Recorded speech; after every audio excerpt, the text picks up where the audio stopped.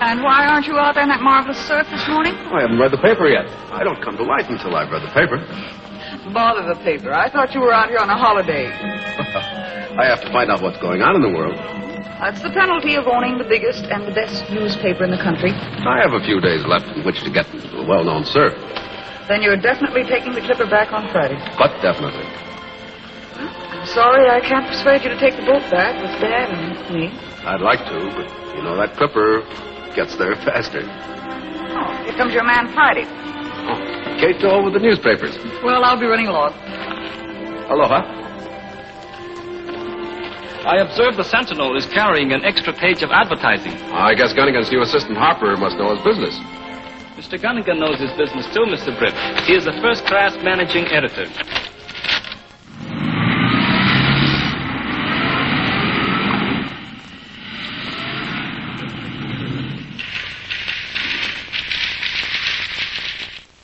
Oh, sure, I just came from having a talk with poor Gunnigan. That broken leg of his is going to keep him in the hospital for another month. You know, I've been wondering about that accident. Did he ever tell you how it happened? Well, it was like this. Gunnigan was going home one night from the office in a taxi, when all of a sudden a big truck...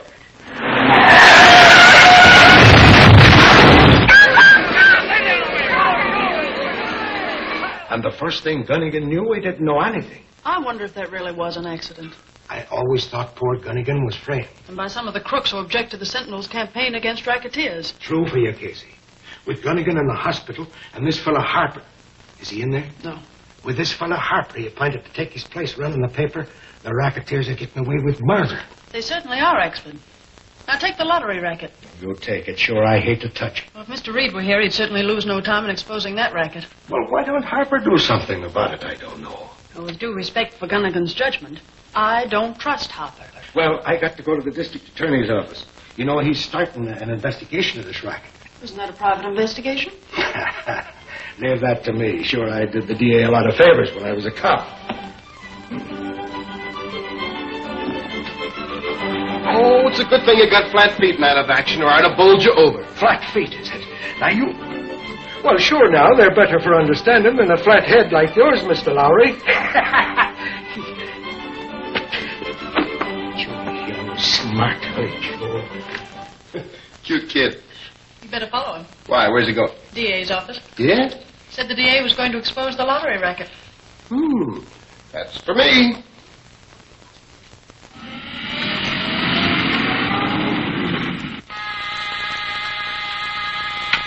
This is Harper reporting. All right, come in.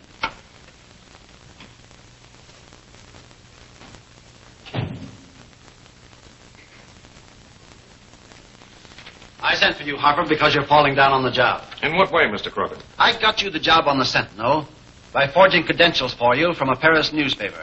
Well, if I hadn't known Gunnigan from the early days, he'd never have given me the job, despite your credentials. But the accident I arranged, putting Gunnigan in the hospital, was responsible for him appointing you to his place. You've done very well by the Sentinel, but what have you done for our syndicates? I'm publishing daily a quarter-page disbursement ad, giving the winning numbers in the syndicate lottery. Naturally, since I put you in charge of our lottery business. I have as great an interest in all the syndicate business. Listen, Harper, you know what your job was. To dispose of Britt Reed and to cripple his paper so that the syndicate could buy it outright. Well, that takes time. You've had plenty and you've failed. Now, I'm warning you for the last time. Britt Reed must be disposed of before he leaves a boy. You may go. Not that way. Use the private elevator.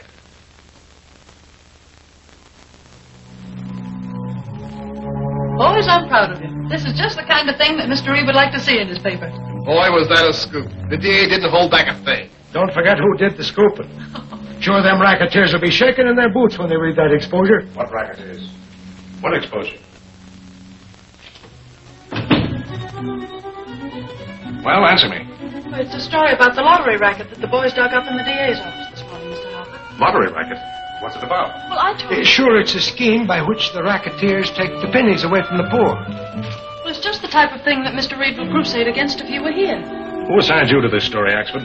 Oh, sure, I dug it up myself from the DA. He's looking for free publicity when he starts making a mountain out of a molehill. Playing for pennies can't hurt anybody. But we heard the testimony about suicides. Ridiculous. This story isn't worth the price of putting it in type.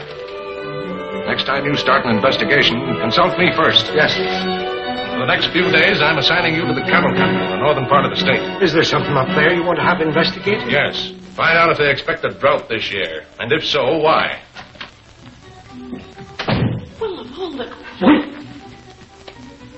Wait till Reed gets back.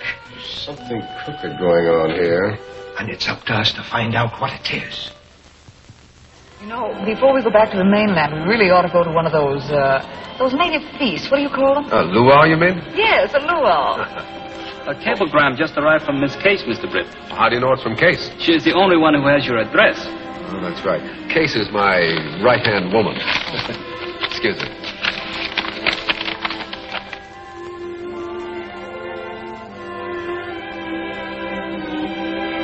I'll have to answer this. Will you excuse me just a minute? I have brought cable blank and pencil, Mr. Britt. Thank you. The chief says you've got to make a few changes in your staff. Why? They're getting too nosy. Well, I was going to...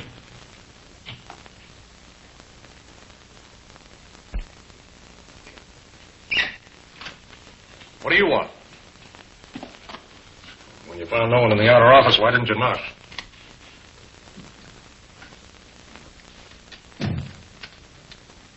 Cable addressed to Miss Case. I'm taking no chances.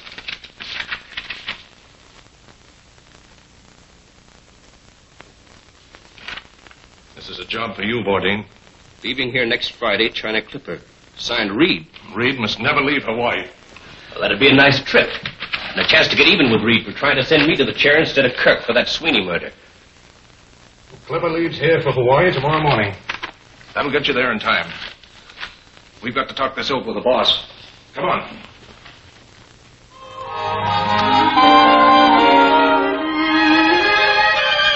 There's Reed now. They're coming this way. I don't know why you can't come back on the boat with us. There's only a few days' difference between the boat and the Clipper.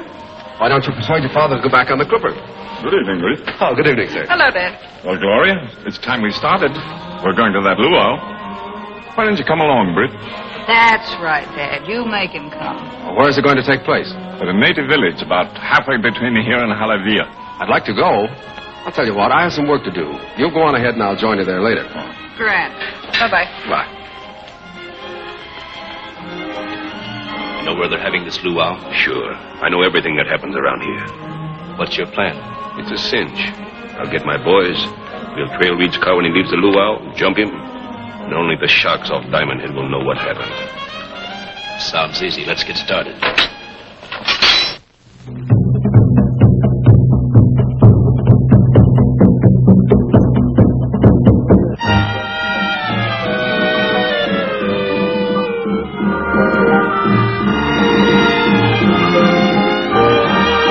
Great Scott, it's near morning. If I don't get back, I'll miss the Clipper. And the Clipper waits for no man. Oh, well, it's been a glorious night. I'm awfully glad I came. Let's go find your father and the rest of the party.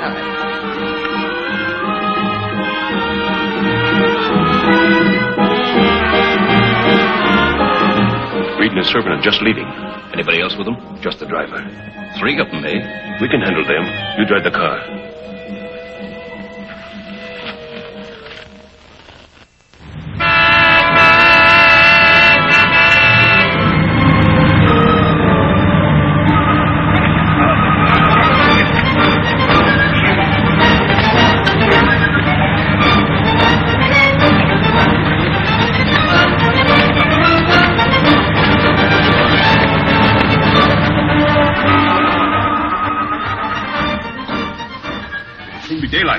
Can't dump them off Diamond Head now without being seen. What do we do with them then? Let's take them up to my fishing shack and keep them there till tonight. All right? Yeah, that's all right. Hurry up, boys. Throw them in the back room.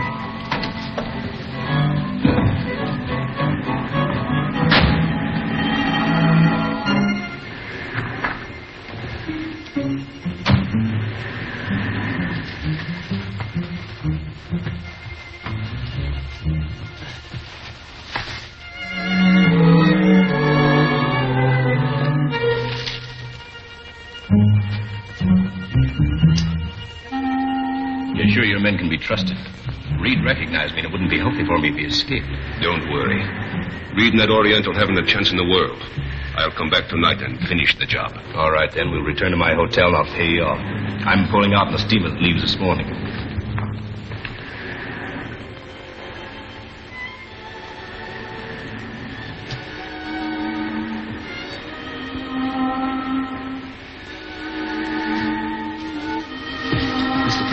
Mr. Brett, there are 3 guards in that outer room. I heard them say last night that they were going to throw us in the ocean tonight. If we let them. Say, I recognize the fellow that drove the car. He's Bourdin, a crook. Hey, what about that meat cleaver? It suggests something.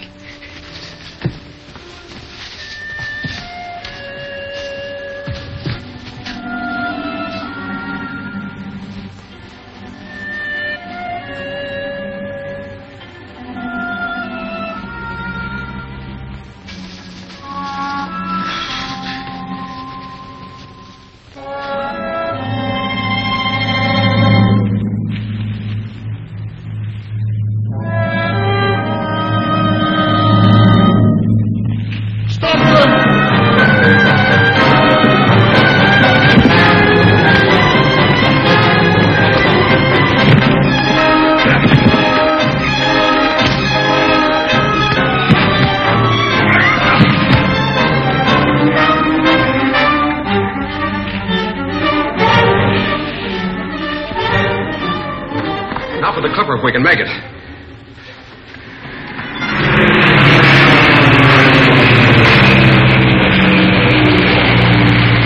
Clipper, we have missed it. Well, we still have time to catch the boat. And to report Bourdin to the police. I'll bet he's on there, Clipper. I'll tell the authorities to meet it on its arrival.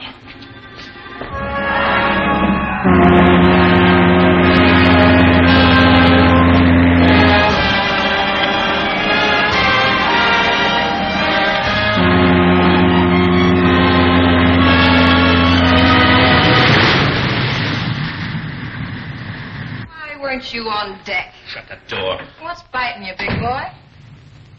Brucus fell down on the job. You mean he didn't fix Reed? How do you know? Reed and his valet are on board. That means I'll have to lay low all the way across. Well, I don't see why. You've got him where you want him. And as soon as it's dark, you Don't can... be a fool.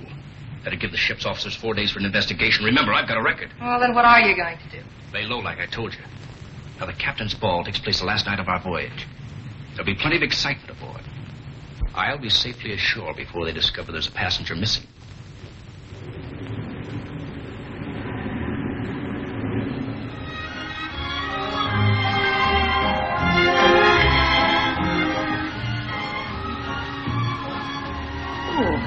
What's the matter, Gloria? Nothing serious. I'm just not a very good sailor, I'm afraid. I think I'd better go to my cabin. Oh, well.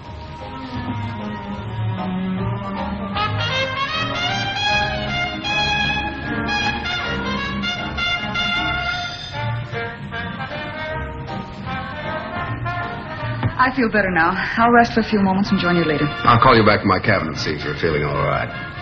Sure I will be. Good night. Good night.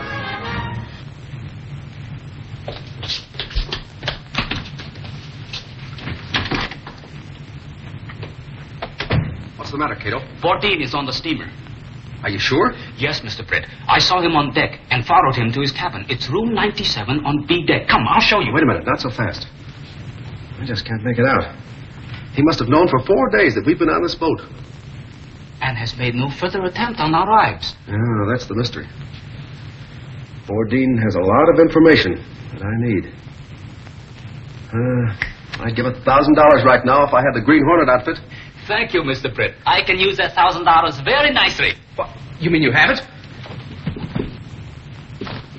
Good. I thought it best not to leave it in your apartment. If your building caught fire, or should someone find it... It would be difficult to explain. I think so, Mr. Brett. Now, Cato, Mr. Bourdin is about to tell me for whom he's working.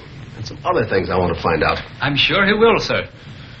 You know, he collected a reward of $5,000 from the state when he turned in Kirk for Sweeney's murder. And he knew all the time Kirk was innocent. I'd like to return that money to the state. The mask.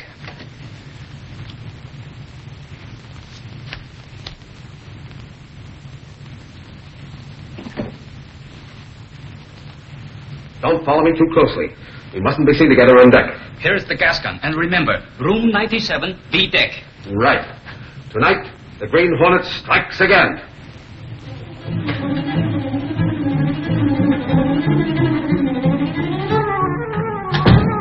The Green Hornet. You guessed right, Bourdin. Keep your hands in the clear. What do you want? A number of things. But first, why were you in Honolulu? I was sent to Hawaii to put Reed out of commission. What have you got against Reed? Who sent you? Is this a laugh? It was Harper, the guy who's running Reed's newspaper while he's away. He's a big shot in the syndicate. The head of the lottery racket. The lottery racket, eh? With $1 million a month rake-off. That's a pretty good guess. Why are you so interested? That's my business. And you want to cut in, eh? I am cutting in, Bourdain, and you're helping me. But first I want to clear up one matter. I don't get you. I'll explain. Sit down at that desk. Now, write down what I dictate. I, the undersigned, confess to the murder of Patrolman Pat Sweeney. I'm confessing nothing. It wasn't murder. I killed Sweeney in self-defense. Yet you pinned a charge of murder on Kirk, an innocent man who was sent up for life. It was Kirk's fault. The cops caught up with me. And you collected a reward of $5,000 from the state for turning in Kirk. Fire's been discovered in the hold, sir. It's almost beyond control already. Fire in the hold? Yes. Order all men at their stations. All passengers on deck. Send out an SOS. I'll go to the bridge right away.